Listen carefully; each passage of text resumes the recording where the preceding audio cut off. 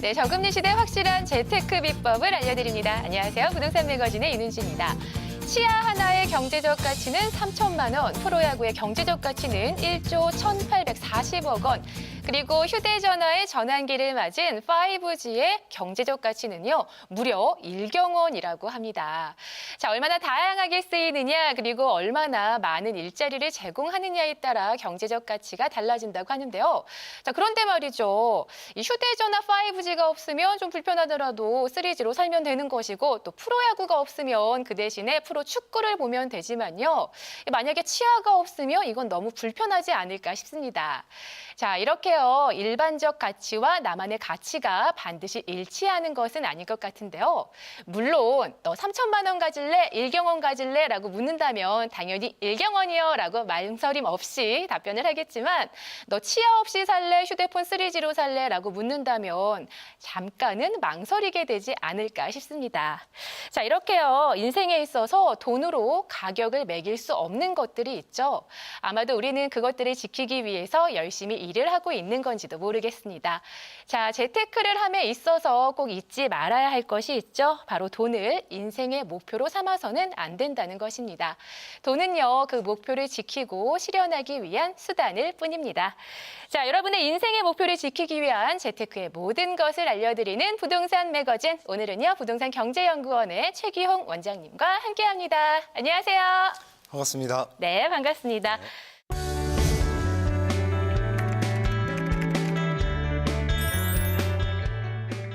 자, 돈을 아무리 줘도 절대 팔 수 없는 것, 원장님은 어떤 게 있으신가요? 뭐 저뿐만 아니라 어떤 분도 다 해당이 될 것 같은데요. 네. 아무래도 가족 아닐까요? 가족, 네. 맞습니다. 아우, 훈훈한데요. 자, 그런데 사실 저도 그렇지만 대부분의 사람들이 돈을 필요로 하고 돈에 민감하게 좀 반응을 할 수밖에 없잖아요. 네. 특히 우리나라 사람들 같은 경우에는 부동산에 굉장히 민감하게 반응을 하는 것 같은데요. 부동산에 집착이 이렇게 큰 것 우리나라뿐인가요? 이제 유독 우리나라는 좀 부동산 자체를 어떤 부의 기준점으로 보기 때문에 좀 다른 나라에 비해서 조금 네. 더 집착이 강하다고 볼 수 있는데요. 뭐 예를 들면 지금 요즘 그 아파트 시장 같은 경우에는 브랜드화가 돼가고 있기 때문에 네. 예전하고 조금 비교를 해보자면 예전에는 그냥 무슨 동에 산다 이렇게 표현을 했었는데 지금은 무슨 무슨 동에 아파트. 무슨 아파트까지가 따라 나오게 되죠. 네. 그러니까 좀 빗대어서 얘기를 하자면 사실 어떤 가방의 기능은 본래의 기능은 물건을 담는 거죠. 네. 그래서 이게 백화점에서 산 명품 가방이든 어떤 그냥 조그마한 상점에서 산 저렴한 가방이든 네. 아주 기본적인 어떤 기능의 차이는 없습니다. 그런데 명품 가방을 맸냐 아니면 좀 저렴한 가방을 맸냐에 따라서 그 사람을 보는 그 어떤 시선? 기준점이 달라지기 때문에 네. 이렇게 아파트도 마찬가지로 내가 어디에 살고 있냐에 따라서 나를 나타내고 또 다른 사람들이 나를 보는 것 자체가 달라지기 때문에 그런 것들이 어떤 상품화가 돼가면서 아파트가 단순히 주거 공간을 넘어선 이제 약간 어떤 브랜드화 돼가고 있는 그래서 조금 패러다임이 많이 바뀌고 있다라고 이렇게 얘기를 할 수 있죠. 네, 맞아요. 저부터도 어디 사세요 할 때 뭐 저 타워 팰리스 살려고 오, 막 이렇게 쳐다보는 경향이 있으니까 네. 맞는 말인 것 같습니다. 자, 지난 시간까지는 신도시에 대해서 자세히 좀 알아봤는데요. 오늘은 어떤 이야기들 좀 준비하셨나요? 뭐 아무래도 최근에 발표된 파리 정책이 제일 이렇게 관심이 높을 것 같은데요. 네. 지금까지 뭐 여러 전문가분들이나 언론 미디어에서 이렇게 부동산 파리 대책에 대해서 좀 이렇게 설명을 많이 했다면 저는 이제 6.19가 먼저 나왔었고 그리고 이번에 파리까지 나왔을 때 이 지금 현재 정권에서 의도하는 것과 향후의 방향이 어떻게 되며 그게 또 시장에는 어떤 영향을 끼칠 것인지에 대해서 좀 얘기를 나눠보려고 합니다. 네, 요즘 정말 많은 뉴스들이 쏟아져 나오고 있는데요. 자, 이럴 때 투자자들은 어떻게 대비하고 움직여야 하는지 오늘 최기용 원장님과 함께 자세한 이야기 나눠보도록 하겠습니다.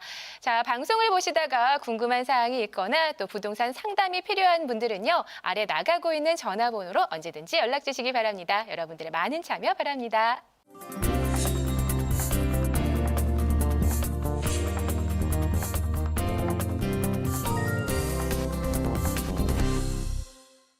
오늘은 파리 대책에 대해서 이제 좀 알아볼 건데요. 뭐 어떤 규제나 이제 양도소득세의 차이나 다주택자들에 대한 어떤 더 강화된 규제 같은 것들이 사실 자세하게 법규적으로는 뭐 안내를 해주신 분이 많았기 때문에 또 그게 지금 현재 갖고 계시는 개인적인 그 물건들에 대해서 어떤 것들이 해당이 되면 나한테는 어떤 혜택이 있는지들이 다 가지각색으로 다르기 때문에 뭐 제가 여기서 그 부분을 설명드리는 거는 뭐 크게 도움이 안 되실 것 같고요. 일단 첫 번째로는 현 정부의 방향을 우리가 알 필요가 있습니다. 어떤 얘기냐면 정부 방향, 이번에 정부 방향 자체가 주거복지입니다. 이제 주거복지에 초점을 맞춘다고 하는 거는 우리가 생각을 할 때 그 초등학교 때 많이 배우죠. 의식주. 사람이 어떤 기본적인 생활을 영위하기 위해서 필요한 필수 조건인데 그게 의식주 중에 가장 중요한 주, 그러니까 집이죠. 집에 해당이 되는 건데 현 정권에서는 이 주를 바라보는 것이 어떤 모두가 누릴 수 있는 현재의 상황은 아니다라고 판단을 했고 거기에 맞춰서 포커스가 주거복지에 맞춰져 있는 거죠. 그러니까 이것을 이해해야 향후에 파리 대책뿐만이 아니라 향후에 또 계속 어떤 대책이 나왔을 때 그런 방향들을 좀 미리 예측이라도 한번 해볼 법하지 않나라는 생각을 해요. 근데 주거복지가 지금 이번 파리 대책 그 전에 6.19도 있지만 저희가 이어서 생각을 해봐야 됩니다. 지금 6.19나 파리 대책 같은 경우에는 자세히 보시면 큰 폴더 안에 보면 거래와 대출 그리고 세금 이 세 가지의 포커스가 맞춰져 있다고 생각을 하시면 됩니다. 첫 번째, 거래 쪽을 잡는다는 거는 현재 어떤 양도소득세를 강화하고 장기보유 특별공제에 대해서도 강화를 하다 보니까 거래량이 기존에 소유하고 있던 사람들이 거래를 안 하려고 하는 성향들이 강해졌어요.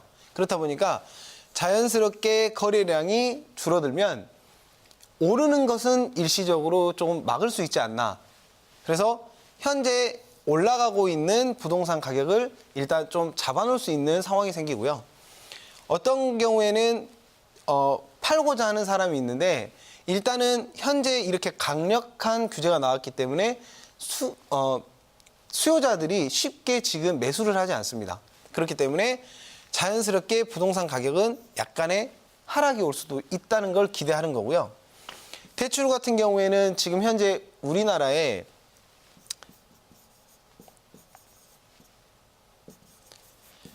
가계부채에 대해서는 그 전에 대권 때부터 공약사항에 들어가 있던 겁니다. 이 전 정권에서도 심각하게 이 문제에 대해서 우려를 했던 건데 뭐 제가 저번 시간에 얘기했던 뭐 DTI나 LTV 그리고 이제 좀 강화되는 DSR까지가 모두 대출 관련 규제입니다. 그러니까 여기에 또 포인트를 잡아야 되는 게 뭐냐면 단순히 어떤 대출로 집을 산다라는 걸 막겠다라기보다는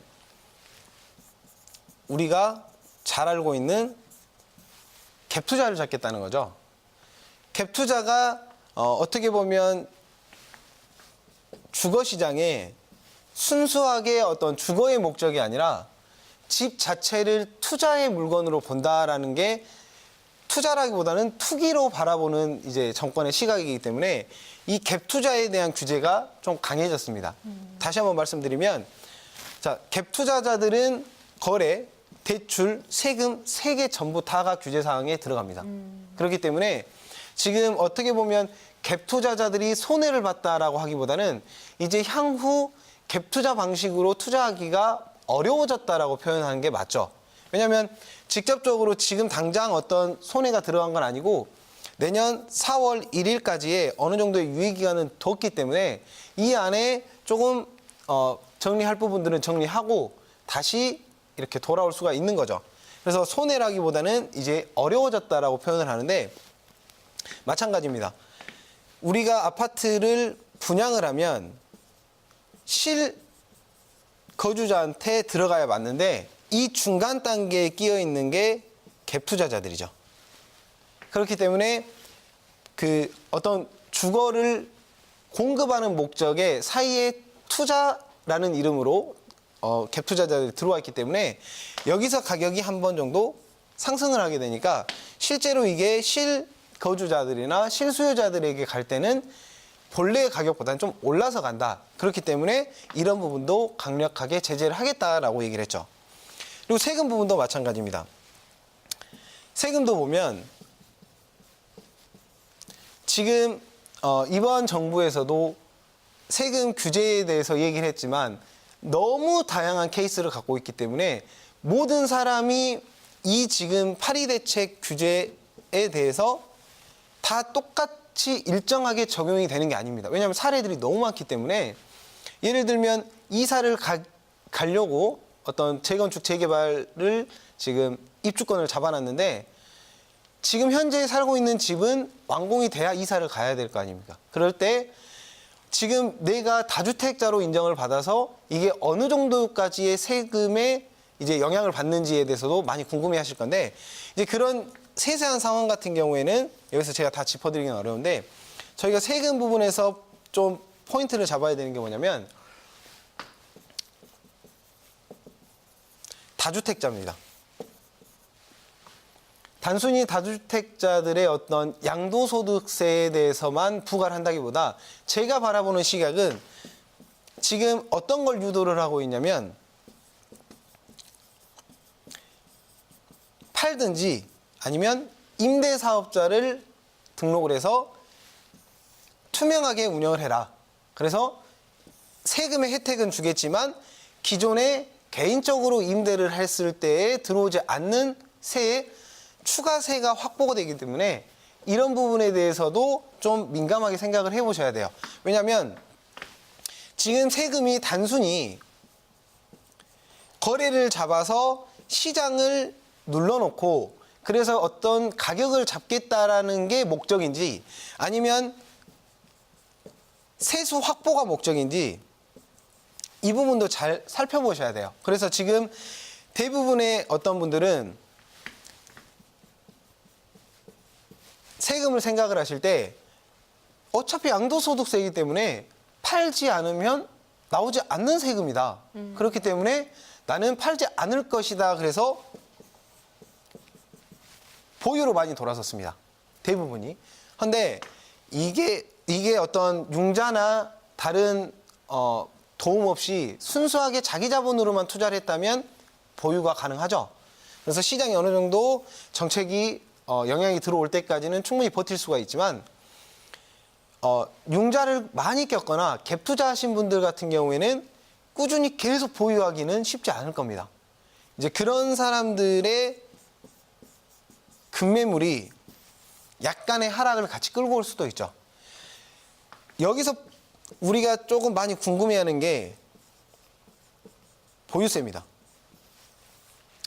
뭐냐면 지금 현재 양도소득세에만 대부분의 세금 부과가 돼 있고 다주택자들이 받을 수 있는 예전의 혜택 자체를 다 배제시켜 버렸기 때문에 팔지만 않으면 되지만 이제 그 이후에 보유세가 나와버리면 꼼짝없이 어떠한 방법으로든 세금을 납세할 수밖에 없는 상황이 오죠. 이거 쉽게 다시 한번 말씀드리면 현재 보유를 하겠다. 그래서 이 기준점을 내년 4월 1일까지 가이드라인을 줬습니다.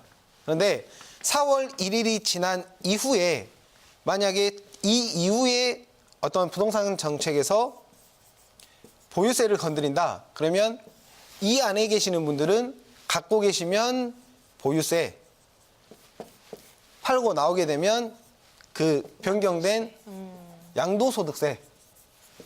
그렇기 때문에 이제 이때는 보유한다, 판다에 대한 이제 기로에 서서 고민을 할 수밖에 없는 더 힘든 상황이 올 수도 있어요. 그래서 제가 이렇게 말씀을 드리면 그럼 무조건 팔아야겠네라고 생각을 하실 수 있습니다. 그런데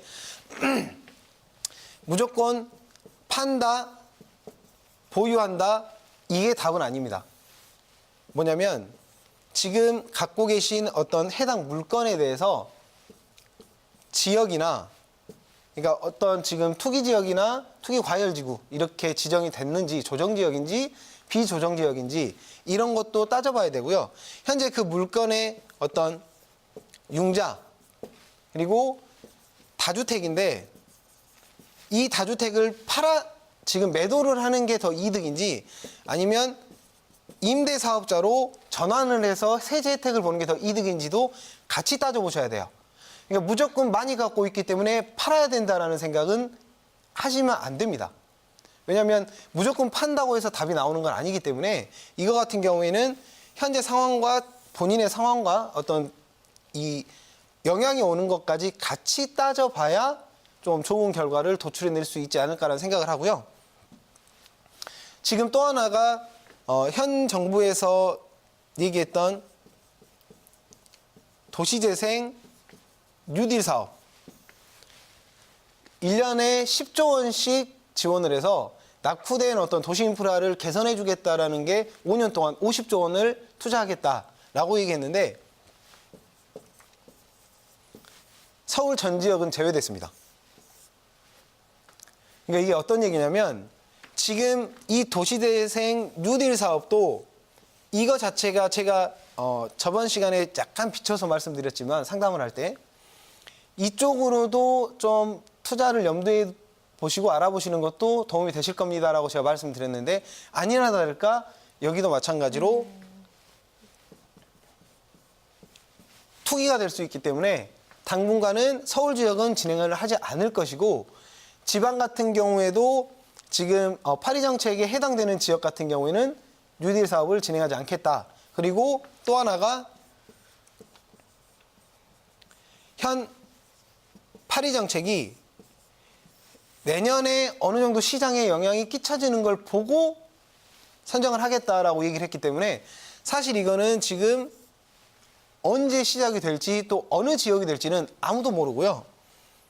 이거와 마찬가지로 방금 뉴딜 사업도 어떤 풍선 효과의 일부분으로서 규제를 피해서 투자 한번 해보시는 게 좋을 것 같습니다라고 말씀드렸던 건데 마찬가지입니다. 다른 현재 비조정 지역 같은 경우에도 이 조정 지역 혹은 투기 지역, 투기 과열 지역이 해당 조건에 충족하는 지역이라면 언제든지 지정을 할 수 있다라고 얘기를 했기 때문에 이게 지금 투기 지역이나 투기 과열 지역이나 이제 조정 지역이나 이걸 피해서 다른 쪽으로 어떤 게 몰려서 이쪽이 그 조건에 충분하게 되면 여기도 마찬가지로 똑같이 지정이 되기 때문에 이런 것들까지 같이 따져가시면서 투자 지역을 설정하시는 게 좀 바람직하다라고 저는 생각을 합니다. 네, 강의 잘 들었는데요. 그렇다면 이 부분에서 좀 궁금한 것들이 있습니다. 네네. 6.19 대책과는 좀 어떤 점이 다른지 그리고 왜 이 시점에 또 새로운 정책이 나왔어야만 했는지가 좀 궁금해요. 6.19 정책하고 파리 정책이 어떤 점이 다르다라고 표현하시는 거는 조금 어렵고요. 왜냐하면 이어진다라고 보는 게 맞습니다. 다만 네. 강화됐다 이렇게 표현하는 게 맞고요. 네. 또 다른 어떤 것들은 신규로 만들어졌다라고 해서 이게 6.19 지금 파리 정책이 나온다고 해서 6.19 정책 자체가 없어지는 건 아닙니다. 왜냐하면 거기에 6.19 정책에서 초과이익 환수제, 재건축 초과이익 환수제 같은 경우에는 파리 정책에서 강화되지도 신설되지도 않았지만 추가된 것도 없고요. 그런데 꾸준히 이어가는 거고요. 파리 정책은 6.19 정책의 어떤 부족한 부분을 좀 더 보완하고 또 강화시켜서 새롭게 나온 거기 때문에 이거는 연장선상으로 봐야지 이거를 별개로 보시면 안 됩니다. 네. 네. 자, 그렇다면 다주택자들이 정말 지금 고민이 많으실 것 같은데요. 네. 이럴 때는 아까도 언급을 좀 하셨지만 무조건 팔아야 하는지 그리고 반대로 수요층은 지금이 살 기회라면 기다려야 되는지 좀 어떻게 해야 할까요? 일단 다주택자의 입장에서 먼저 말씀을 드리면 네. 다주택자들 같은 경우에는 지금 갭 투자자들과 마찬가지로 현 파리 정책에 거의 중심에 서 있는 이제 투자 세력이기 때문에 그 부분을 좀 감안을 한다면 현재 무조건 보유도 답이 아닙니다. 그런데 아까도 잠깐 설명을 드렸지만 지금 현재 갖고 계신 물건과 위치와 어떤 개인적인 경제 상황에 따라서 이것을 보유하는 게 득일 것인지 아니면 어느 정도 일부 정리를 하고 좀 나머지만 좀 세금을 감당을 하는 선에서 가져가는 것인지 아니면 임대사업자로 전환을 해서 추가 세제 혜택을 보고 이득을 볼 것인지에 대해서 조금 투명하게 이걸 좀 따져봐야 되고요. 가장 중요한 것은 본인의 현재 상황입니다. 그러니까 모든 사람이 상황이 똑같지 않기 때문에 본인의 가장 맞는 투자법과 보유법으로 이걸 방어해야 된다고 저는 생각을 하고요. 지금 실수요자들 같은 경우에는 대부분이 좀 관망을 해보고 네. 이번 정책이 너무 강력하기 때문에 여기에 대한 영향으로서 이제 좀 하락되거나 거래가 끊겨서 미분양된 것들을 좀 들어가야겠다라고 이렇게 생각을 하실 겁니다. 그런데 실수요자들은 말씀 그대로 실수요자고 실거주자이기 때문에 네. 약간 투자성을 조금 약하게 봐야 돼요. 왜냐하면 거주지에서 본인하고의 어떤 직장의 연관성 혹은 주변의 생활 인프라나 어떤 도시 인프라가 본인의 생활 그 범위 내에서 얼마나 득이 되는지까지도 따져봐야 되기 때문에 단순히 투자 쪽으로만 보게 되면 방금 앞서 말씀드린 이 두 가지의 밸런스가 무너져 버립니다. 그러면 오히려 돈은 조금 이렇게 수익을 볼 수는 있겠지만 본인의 생활 자체가 힘들어져 버리기 때문에 이거는 저는 좀 옳지 못한 방법이라고 생각을 하기 때문에 실수요자들은 투자자들과는 좀 다른 시각으로 이렇게 고민을 하셔야 되고요. 마냥 기다리는 것이 좋은 것은 아닙니다. 좀 더 신중하게. 네네. 네. 자, 그리고 아까도 원장님께서 말씀을 좀 해주셨지만요. 다주택자인 분들은 임대 사업을 하는 편이 좀 좋지 않을까라는 그런 조언들도 이어지고 있어요. 자, 그렇다면 임대 사업자가 되면 어떤 이점이 있는지 좀 궁금해요. 일단 기본적으로 임대사업자로 가게 되면 이제 기본적인 세제 혜택을 좀 받게 되고요. 그중에 가장 대표적인 게 다주택자 같은 경우에는 장기보유 특별공제 같은 경우에 추가로 두 채 이상 같은 경우에는 10%가 중과되고요. 세 채 이상 같은 경우에는 이제 20%가 중과되는데 임대사업자로 전환이 되게 되면 이 중과도 없어지고요. 기존에 받던 그 장기보유 특별공제도 적용을 하기 때문에 많은 세제 혜택이 있습니다. 이 외에도 세제 혜택은 있습니다만. 네. 그런데 모든 다주택자가 임대사업자로 전환을 한다라고 해서 모두가 이득을 보는 건 아닙니다. 왜냐하면 네. 저희가 한 지역에 한 아파트에 세 채를 갖고 계시는 분이 있을 거고요. 네. 또 투기 지역에 한 채, 투기 과열 지구 여러 한 채, 군데. 비조정 지역에 해당되지 않는 지역에 한 채, 뭐 이렇게 가지고 계실 수도 있고요. 네. 아니면 다가구를 한 채를 가지고 있고 한 동을 아예 가지고 있고 또 아파트를 여러 채를 갖고 있을 수도 있기 때문에 이거는 본인의 상황에 맞게끔 해야 되고요. 사실 6억 원 이상의 주택을 다량 보유하고 계실 때는 임대사업자로 전환을 하셔도 큰 혜택이 없습니다. 그렇기 때문에 주택 가격, 그러니까 쉽게 말씀드리면 서울 지역은 크게 지금 혜택이 없는 방향이라고 봐야 되고요. 그렇기 때문에 현재 갖고 계신 물건에 대해서 좀 더 자세한 분석과 또 그거에 대한 세금의 혜택을 좀 같이 따져봐야 되기 때문에 이거는 좀 개별적으로 이렇게 말씀을 드려야 맞다고 생각을 합니다. 네. 나의 상황에 맞게 좀 그때그때 조언들을 좀 듣고 판단을 하셔야 할 것 같습니다.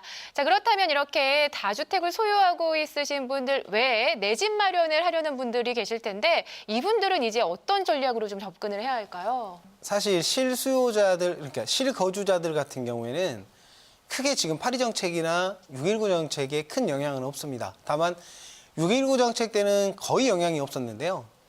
지금 같은 경우에는 투기 지역이나 투기 과열 지역 같은 경우에 주택담보대출로 받았을 때 대출 비율이 좀 낮아진 네. 그래서 약간의 영향은 있습니다. 하지만 그 지역들을 벗어나게 되면 네. 사실 파리 대책에서도 큰 영향이 없는 세력이 이제 실수요자들, 실거주자들이기 때문에 정책에 너무 민감하게 반응을 안 하셔도 되고요.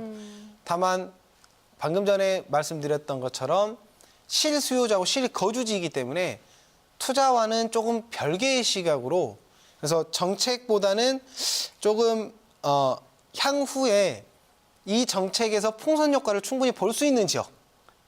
그래서 풍선 효과에 영향이 끼치지만 그 추가적으로 지역이 그 어떤 투기 지역이나 투기 과열 지역으로 지정이 되지 않을 것 같은 지역들 그쪽으로 이렇게 많이 방향을 틀어보시는 것도 저는 충분히 좋을 것이라고 생각합니다. 네, 잘 대비를 해야 할 것 같습니다. 자, 그리고 이제는요, 한 채를 보유한다 하더라도 더 가치 있는 물건을 좀 보유해야 할 때인 것 같습니다. 그러기 위해서는 미래 가치를 선별할 수 있는 아파트 구별법이 좀 있을까요? 아파트의 어떤 미래 가치라고 하면 네. 이제 주변에 없던 것이 새로 생기거나 아니면 기존에 있던 어떤 호재들이 강화되거나 아니면 인구가 늘어나거나 이런 조건들이 충족돼야 미래 가치가 그러니까 미래에 오를 수가 있다라는 건데요. 사실 지금 현재 상황에서는 그런 식의 지역들은 다 규제 사항으로 묶어버리기 때문에 네. 그런 미래 가치를 판단하기는 쉽지 않습니다만 저는 그 물건의 절대적인 부동산 가치보다는 그걸 살려고 하는 본인들의 절대적인 상황을 더 투자에 좀 비중을 둬야 된다라고 생각을 하고요. 네. 그래야 향후에 어떤 시장에 이런 큰 변화들이 나타났을 때 좀 유동적으로 부드럽게 적응을 할 수 있다라고 생각을 합니다. 그래서 미래 가치를 판단하는 거는 어떤 기준점을 세운다기보다는 본인들에게 맞춰야 되기 때문에 그거는 좀 주관적으로 이렇게 말씀드리고 싶고요. 뭐 좀 더 자세한 얘기는 네, 저희가 세미나 때 또 이렇게 안내를 해드리도록 하겠습니다. 2017년 아파트 상가 토지 대전망에 대해 부동산 경제연구원 최규용 원장의 세미나가 열립니다.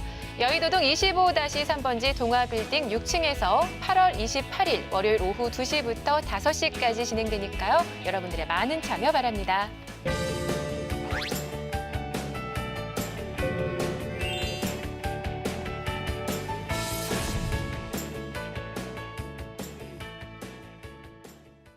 네, 부동산 매거진 오늘은 부동산 경제연구원의 최기용 원장님과 함께하고 있습니다.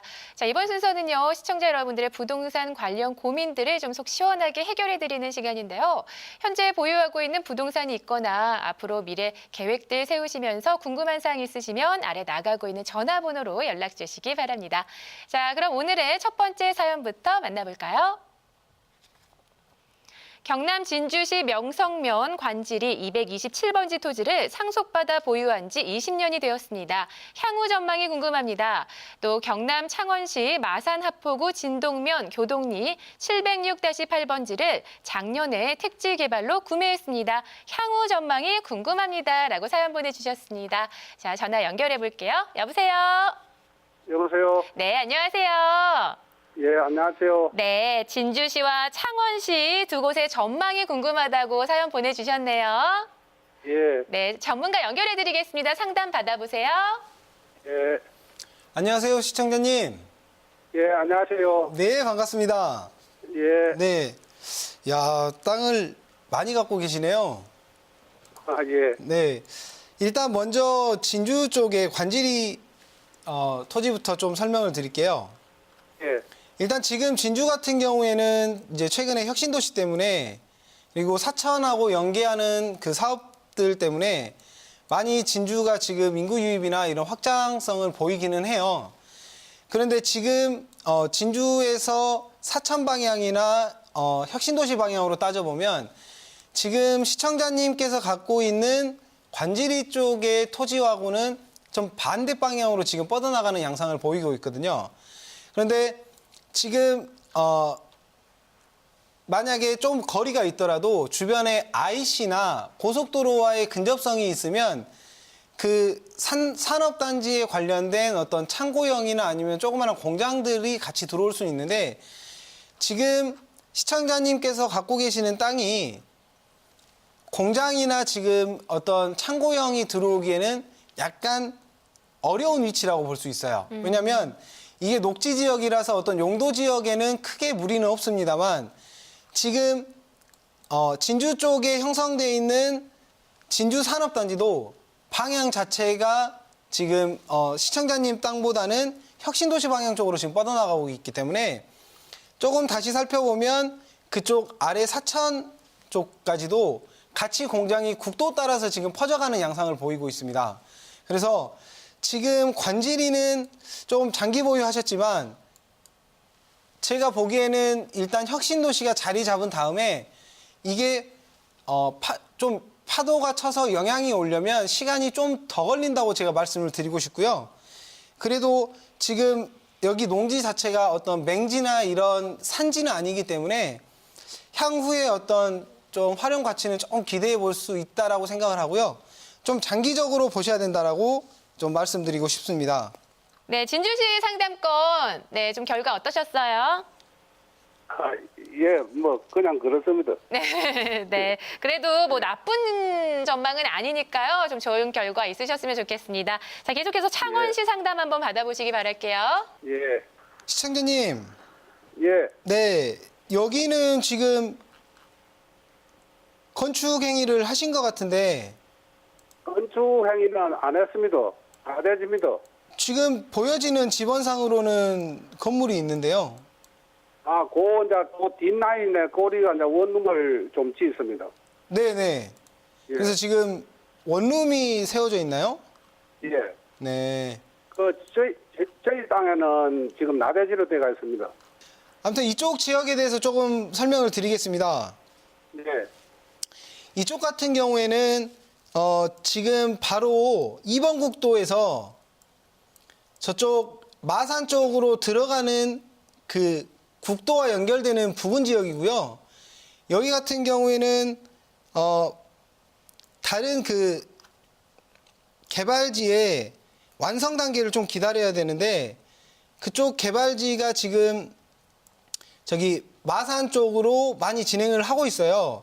근데 지금 마산에서 지금 갖고 계시는 지역의 어떤 주변을 살펴보면 원룸들이 조금씩 형성되고 있거든요.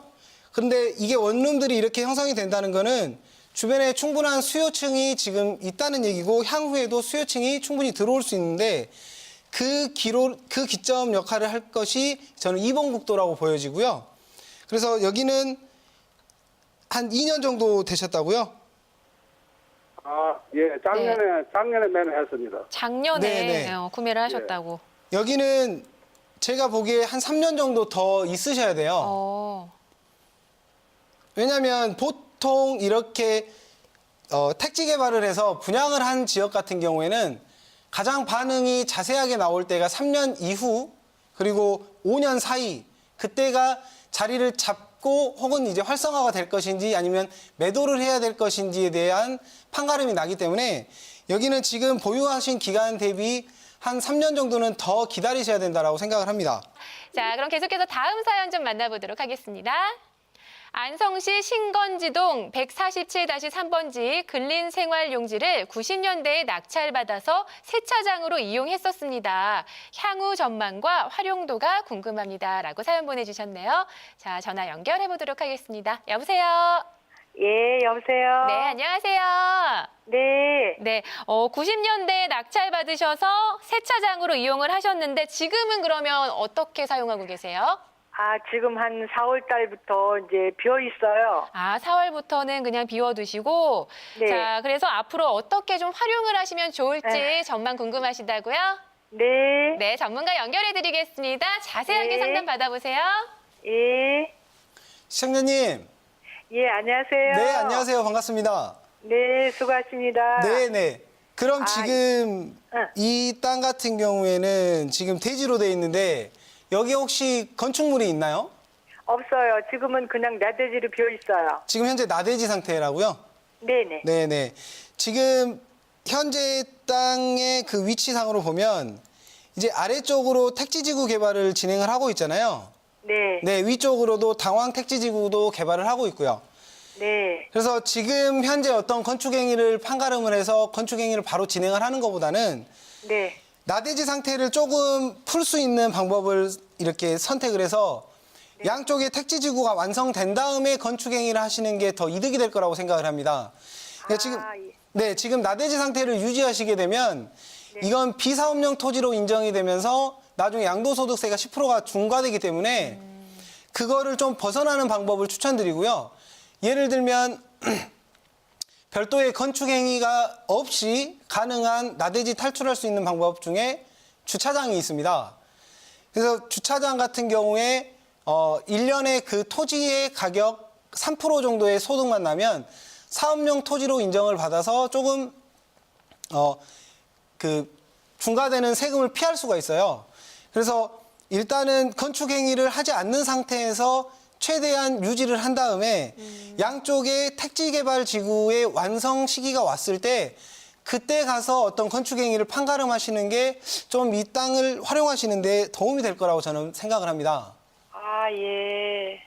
자, 조언대로 하자면 나대지를 벗어날 수 있는 방법 중 하나가 이제 주차장으로 좀 이용을 하시는 네네. 건데, 네, 이런 조언 잘 참고하셔서요. 좋은 일들 있으셨으면 좋겠습니다. 네, 고맙습니다. 네, 감사합니다. 이렇게 도움 드릴 수 있어서 이런 게 참 뿌듯하고 좋은 네, 것 같습니다. 맞습니다. 자, 그럼 다음 사연 만나볼게요. 경기 시흥시 은행로 188-15 3부 아파트에 거주 중입니다. 분양받은 경기 시흥시 대우 센트럴파크 7차로 이사 가야 할지 고민입니다. 라고 사연 보내주셨네요. 전화 연결해 보도록 하겠습니다. 여보세요? 여보세요? 네, 안녕하세요. 네, 안녕하세요. 네, 지금 거주 중인 곳이 있는데 이제 분양받은 곳으로 이사를 가셔야 할지 그게 고민이시라고요? 네. 그래서 지금 산이 3부 아파트를 전세를 네. 주고 갈까, 음. 지금 사는 게 나을까, 그게 고민이 돼서요. 네, 자 전문가 연결해 드리겠습니다. 상담 받아보세요. 네. 시청자님, 네, 안녕하세요. 네, 안녕하세요. 반갑습니다. 네, 반갑습니다. 네. 지금 그러면 3부 아파트 외에 따로 보유하고 계신 주택은 없으신가요? 예, 없습니다.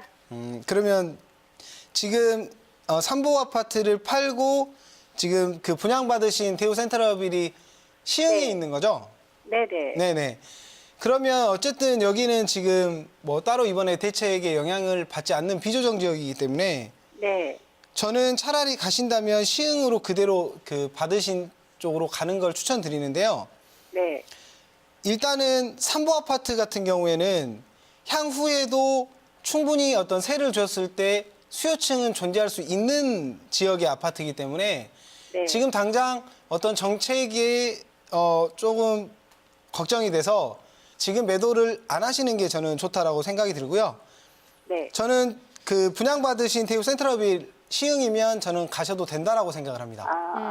내년 봄 정도 매도하면 괜찮을까요? 아니요. 봄까지 가시면 지금 이 대책의 경계선이 4월 1일이기 때문에 네. 아마 내년 명절 지나고 나서는 이제 파시려고 하시는 분들이 꽤 나올 것으로 저는 예상을 해요. 그래서 그 전에 만약에 하신다면 명절 전을 추천드리고요. 만약에 그냥 보유하신다고 생각을 하시면 저는 내후년까지는 갖고 가셔도 된다라고 생각합니다. 예, 네. 알겠습니다. 저희가 감사합니다. 세미나 일정도 나가고 있으니까요. 네, 참고하셔서 저 자세한 네. 상담 받아보시기 바랍니다. 네, 고맙습니다. 네, 도움 되셨길 바랄게요. 네. 네. 자, 오늘도 이렇게 해서 시청자 여러분들의 다양한 사연들 소개해드렸는데요. 방송상 더 길게 하지 못하는 부분들이 있습니다. 그렇기 때문에 세미나 일정도 참고하시고 많이 참여해 주시기 바랍니다. 2017년 아파트 상가 토지 대전망에 대해 부동산 경제연구원 최규용 원장의 세미나가 열립니다. 여의도동 25-3번지 동아빌딩 6층에서 8월 28일 월요일 오후 2시부터 5시까지 진행되니까요. 여러분들의 많은 참여 바랍니다. 네, 계속해서 서울 02-6223-9988번으로 접수된 시청자 여러분들의 사연 만나보도록 하겠습니다. 다음 사연 보시죠. 대전 대덕구 평촌동 산 6-1번지가 도시계획에 수용된다고 하는데 이유가 뭔가요? 라고 사연 보내주셨습니다. 자, 전화 연결해 볼게요. 여보세요? 여보세요? 네, 안녕하세요. 예. 네. 자, 도시계획에 수용된다는 이야기를 들으셨어요? 예. 네, 이유가 뭔지 궁금하시다고요? 예. 네, 상담 받아보시기 바랍니다. 전문가 연결해 드릴게요. 시청자님, 예. 네, 안녕하세요. 반갑습니다. 예. 네. 지도상으로 봐도요, 면적이 좀 큰데 이 땅의 일부가 수용이 되는 계획은 나와 있어요.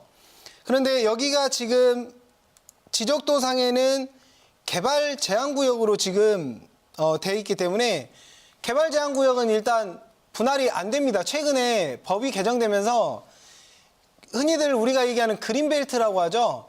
그린벨트는 분할 자체가 지금 안 되는 걸로 지금 논의가 되고 있기 때문에 여기 같은 경우에는 길을 낸다고 해도 분할이 쉽지는 않을 겁니다. 그리고 만약에 이쪽에 수용되는 어떤 그 진행 상황이나 아니면 자세한 내용은 해당 그 대전 대덕구청에 가서 문의를 해보시는 게 더 자세할 것으로 보입니다. 그런데 전체 수용으로 보이진 않고요.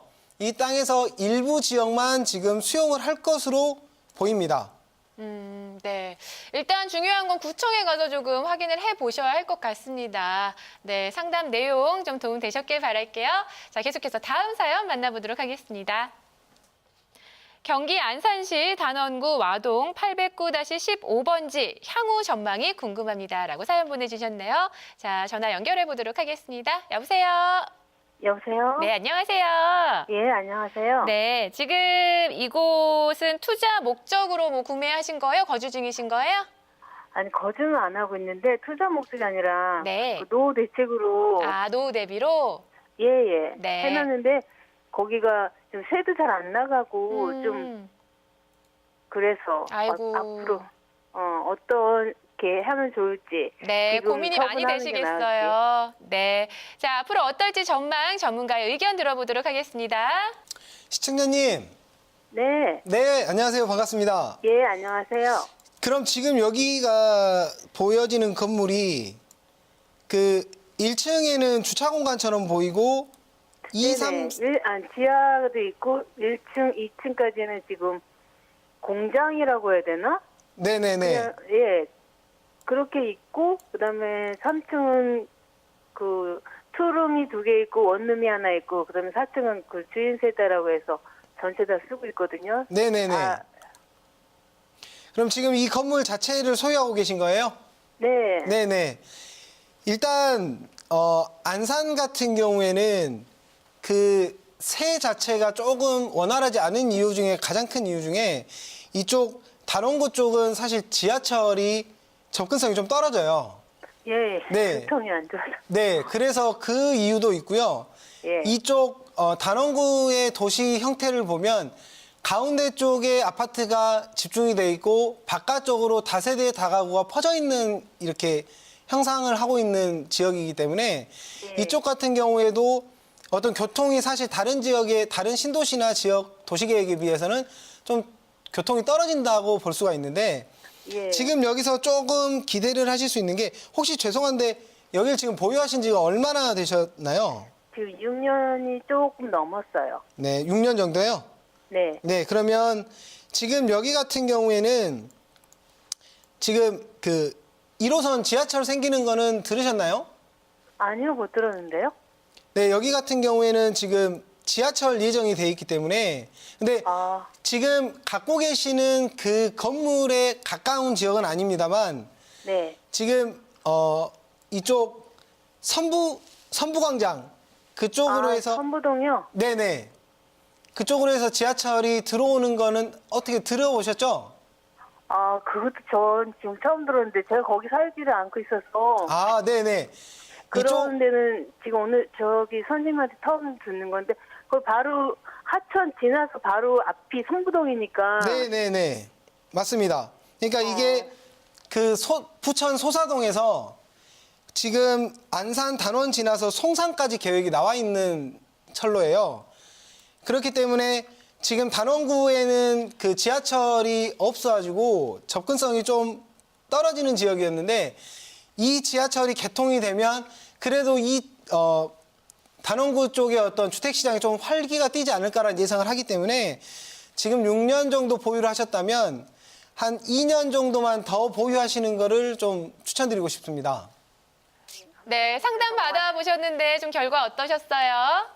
예, 생각한 것보다 좋은 결과 나왔고 너무 감사드립니다. 네, 네. 몰랐던 사실도 알게 되셨네요. 지하철 개통 사실. 예, 예. 네. 정말 감사합니다. 네, 전문가의 의견 참고하셔서요. 좋은 일들 많이 일어나시길 바랄게요. 예, 감사합니다. 네. 수고하세요. 네, 네. 감사합니다. 자, 계속해서 오늘의 마지막 사연도 만나보도록 하겠습니다. 전남 해남군 화원면 마산리 186-12번지에 투자하려고 하는데요. 향후 전망이 궁금합니다라고 사연 보내주셨습니다. 자, 전화 연결해 보도록 할게요. 여보세요. 네, 여보세요. 네, 안녕하세요. 네. 투자하시려는 혹시 목적은 어떻게 되실까요? 아, 여기 좀 투자를 해가지고 네. 일단 좀 이렇게 땅값이 오르는지 그거를 좀 보고 좀 투자 목적으로 하려고 하거든요. 뭐 노후 대비용이나 뭐 그런 것들은 아니고요. 예, 어. 노후 대비도 하고요. 네네. 여기에서 좀 수익을 보려고 해요. 수익성으로. 예. 알겠습니다. 다 전망이 좋아야 할 텐데 어떨지 전문가의 의견 들어보도록 하겠습니다. 연결해 드릴게요.